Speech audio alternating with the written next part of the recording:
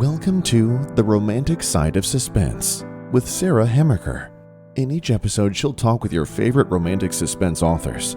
They will take you behind the scenes of the writing process, giving excerpts from their writing, and share stories about their writing life. A Strike to the Heart by Danielle Grandinetti. She's fiercely independent. He's determined to protect her. Wisconsin, 1933. When a routine mission becomes an ambush that kills his team, craft agency sniper Miles Wright determines to find the persons responsible and protect the woman he rescued. But the fierce independence that led Lily Moore to leave her family's dairy business for the solitary life of a dog trainer and the isolation of her farm don't make that easy. Neither does his unwanted attraction to her.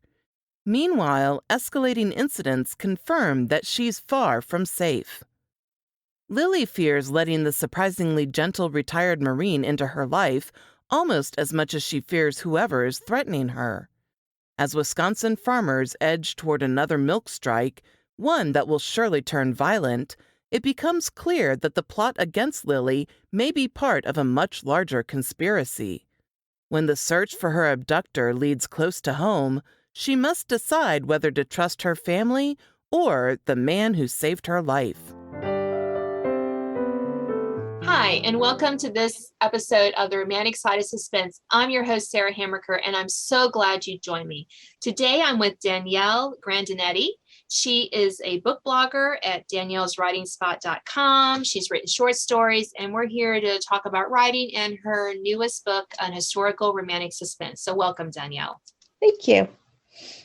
So we were talking before before we started recording that you're writing historical romantic suspense. So let's talk a little bit about what makes it historical. Obviously, it's based in the past, but how far back do you go in your book for this romantic suspense? So the story originally was contemporary romantic suspense, but it just was missing something. And in 2020 or 2019, thereabouts, Wisconsin actually started having a milk shortage, milk issues. And it turned out that the farmers were having to dump their milk because there's nothing to do with it. Like they couldn't process fast enough. So they were having to just dump it out. And I learned that it's not the first time that's happened. Oh. There was actually a huge milk strike in 1933 when the milk prices dipped to some of the lowest on record. And all of a sudden I put the two things together, and it took a contemporary romantic suspense and setting it in a historical setting just brought it alive and brought it to life. So is it about milk? It is, believe it or not. It's set in 1933 Wisconsin, so. Yeah, that's funny. You're probably the only one who has romantic suspense about milk. It's true. Believe it or not, it was actually quite a deadly situation. So who knew? That's right. Not to dive too closely into milk, but I'm a little fascinated by milk. So yes. We're going to take a little dive here. Go for it. So we buy raw milk. Everyone's shocked here. And from a farmer in West Virginia. We live in Virginia. It's great. We've been drinking it for years. And my dad grew up on a farm, so he drank milk like straight from the cow kind of thing. Anyways, it was fascinating to learn that like in big cities, there was like milk crisis, like milk was killing kids because people were dumping all kinds of weird junk into it. Right. To make it last longer. And that's why pasteurization became, because they figure we're going to kill everything instead of just making the milk is the grading system. Yeah, the grading system. Right. It was kind of fascinating to read about this. So did you have to do a lot of research into that? A little bit. I stayed more into the crisis that the farmers faced than the processing plants faced. But it was right around that time that the pasteurization and like the grading system started, and that was all affecting the whole economy of milk and its byproducts, including cheese and butter and, you name it, sour cream. What else comes with cottage cheese? Yeah, I know. You don't realize how much stuff is in milk, but it was costing the farmers more to deliver their milk to the processing plants than what they were getting paid for it. And the farmers could actually save money by just dumping it out. So they set up a protest. And Wisconsin's not the only state that did it. I believe Kansas also did, and attempted, like a lot of the other strikes in early 1900s, attempted to bring awareness to the situation. And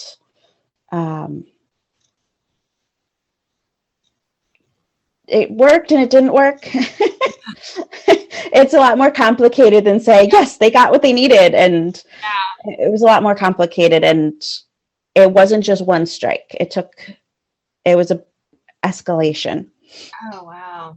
So actually, little plug here, I wrote a prequel to the novella that is actually available right now. It's called To Stand in the Breach. And I explore the lead up to the culmination, which is in the novel itself, from a veterinarian and a police officer's perspective. Oh, cool. Which, again, you do a lot of research and then you enjoy the characters and you don't want to let them go. Right. Yeah, no, I totally understand that. So is this your first romantic suspense or have you written others? This is my first full-length romantic suspense. Okay. Yeah. So what are you working on? What are you working on now? The Christmas novella related to this book, actually. I'm in the editing process. It's really fun. So it'll be a whole series. My publisher gave me permission to independently publish the novella, the prequel, and then the Christmas novella as supplements to the novel itself. So it's really been fun. Wrap up the characters and the situation. The Christmas novella will release in September, and it's called As Silent as the Night. So I'm excited about that one. Yeah, that's nice. So do you live in Wisconsin? I do. I'm born and raised in the Chicagoland area, but married into my mom and that side of the family grew up on a Wisconsin dairy farm. So you got some insider knowledge there. I do. And then I married into a Wisconsin family, and my mother-in-law is also born and raised on a Wisconsin dairy farm. So lots of dairy farm in my blood. My dad actually works for a cheese company right now. So it is. So I'm guessing you have a lot of milk products in your home and cheese, lots of cheese. Wisconsin cheese. We love cheese. And it's so good. Yeah. And it's been funny though, because we're foster parents and our current placement is actually lactose intolerant. Yes. So we try to explore, we already drank some almond milk, just because my husband has a slight intolerance for dairy milk. Sure. But it's been interesting to find alternatives for cheese for him. Yes, that is hard. And I think he can have some, but at 4, it's you just don't know how. I don't want to tip that over and have the repercussions of that in my house. So, right. So we're trying to find all these like plant-based stuff, and some are better than others, and find out what I like. And it's just been, it's just been. But I can't imagine is someone willingly not eating. There's so much variety in cheese and different types and flavors and cheese is amazing. So is your next book going to be about cheese? I mean, you've done milk. Move into the Christmas. I mean, this could happen. I know, right? The Christmas novella explores more of the festivals around Christmas. Okay. So Wisconsin has several, and I actually explore an Italian American character who makes an appearance in the novel. He gets his story at Christmas. So Good. she explores the other half, my other half. I'm a second or third generation Italian American. So that's fun Right. to slip that in there as well. It is. So, what does your family think about you writing, They're about very, very supportive. My husband's one of my biggest cheerleaders, especially. He's the one who gave me the courage to really start putting my work out there. And I mean, I was writing and, published stories and doing the writing work before we were married, because we were married later.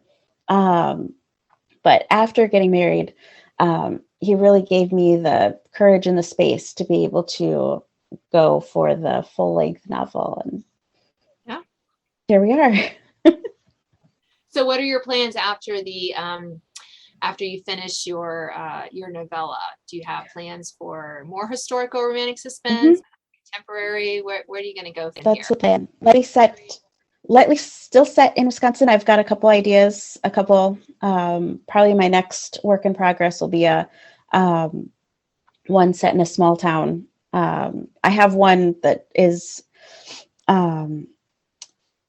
set in a fishing village, fishing town on Lake Michigan. Having Lake Michigan adds a lot of drama to the situation. So yeah, I have a couple in the works, just setting up the order of which will come first.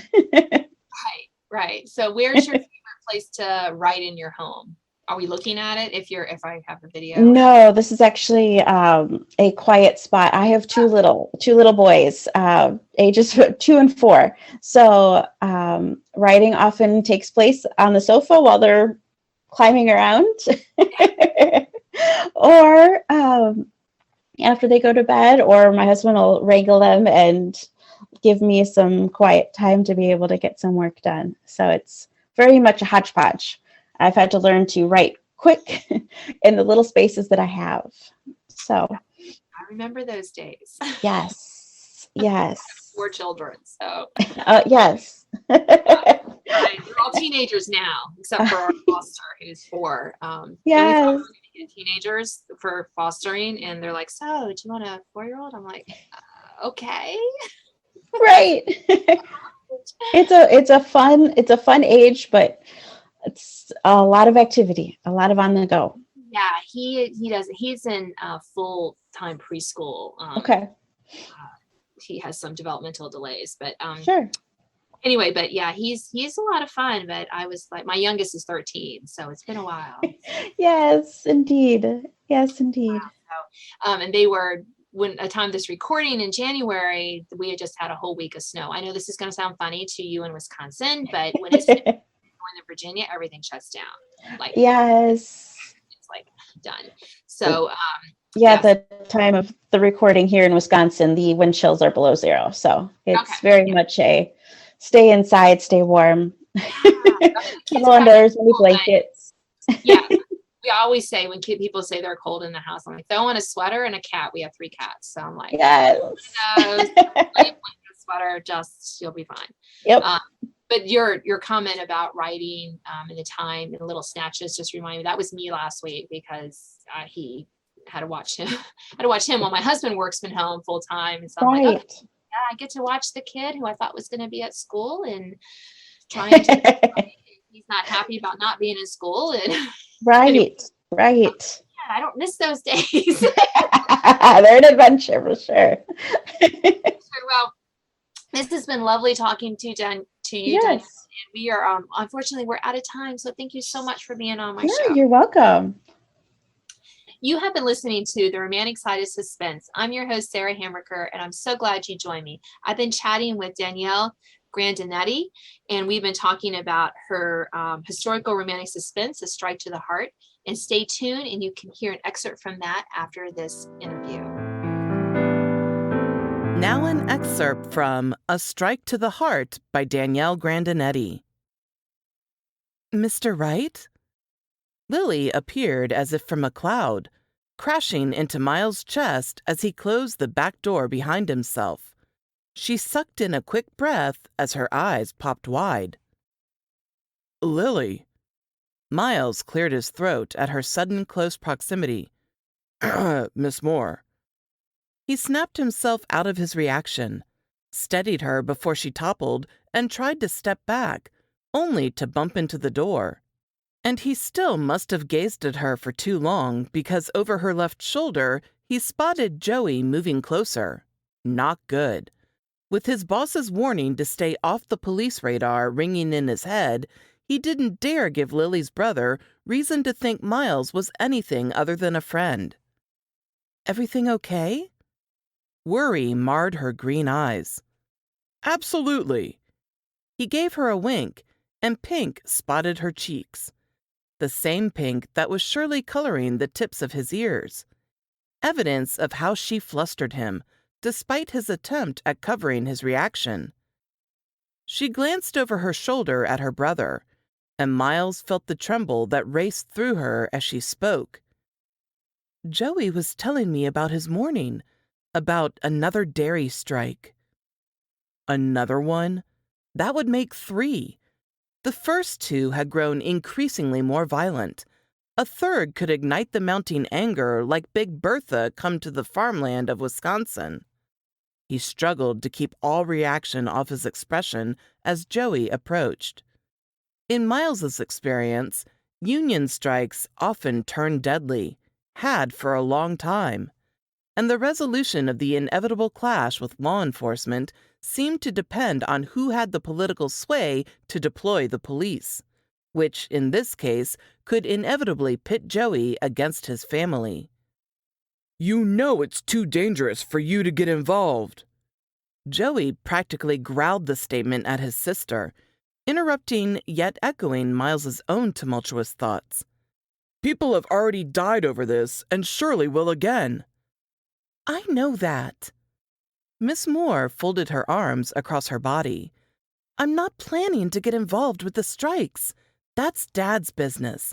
But we are children of a dairy farmer after all, and I'm not so dense as to not understand what's going on." Miles covered the smile that peeked out. He couldn't help but admire the woman's spunk. "I didn't call you dense."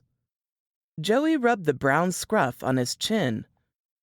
"But with Dad solidly supporting the Farm Holiday Association's encouragement to strike again, the so-called alliance between our family and the Booths gained by Amy and Andy's marriage could really blow up." "Because Andy's dad owns the distribution and processing center." Miss Moore waved her hand for Joey to continue. "I know. Get to the important part." "Mr. Booth is refusing to pay a higher price for the Milky buys, and you know, Dad, he's already led the way with the other farmers in dumping milk. But this next strike is threatening to become the biggest one yet, and the most personal since our sister is now a Booth. Those are all the facts I know." Or want to share. Miles could hear the unspoken caveat. "Tell me something I can't figure out on my own." Miss Moore rolled her eyes. "What about Harry Williams and Alex Chiff? They're Andy's friends. Have they expressed opinions on the strike?" "The 2 men who were at O'Reilly's restaurant with her when she was kidnapped?" Miles clamped his mouth closed. He wanted to elbow her to keep her from asking more questions, even of her brother. Joey appeared of a similar mindset, which made Miles's antenna rise even more. Was it because he knew more than he was letting on, or because he believed a woman shouldn't be involved? Or was he simply concerned for his sister? Miles needed more information, background, especially on the immediate persons involved, but also on the larger picture, the strikes. Thanks for listening to The Romantic Side of Suspense with Sarah Hammerker. If you enjoyed this episode, please leave a review. You can sign up to receive notifications of upcoming podcasts and listen to previous editions at sarahhammerkerfiction.com.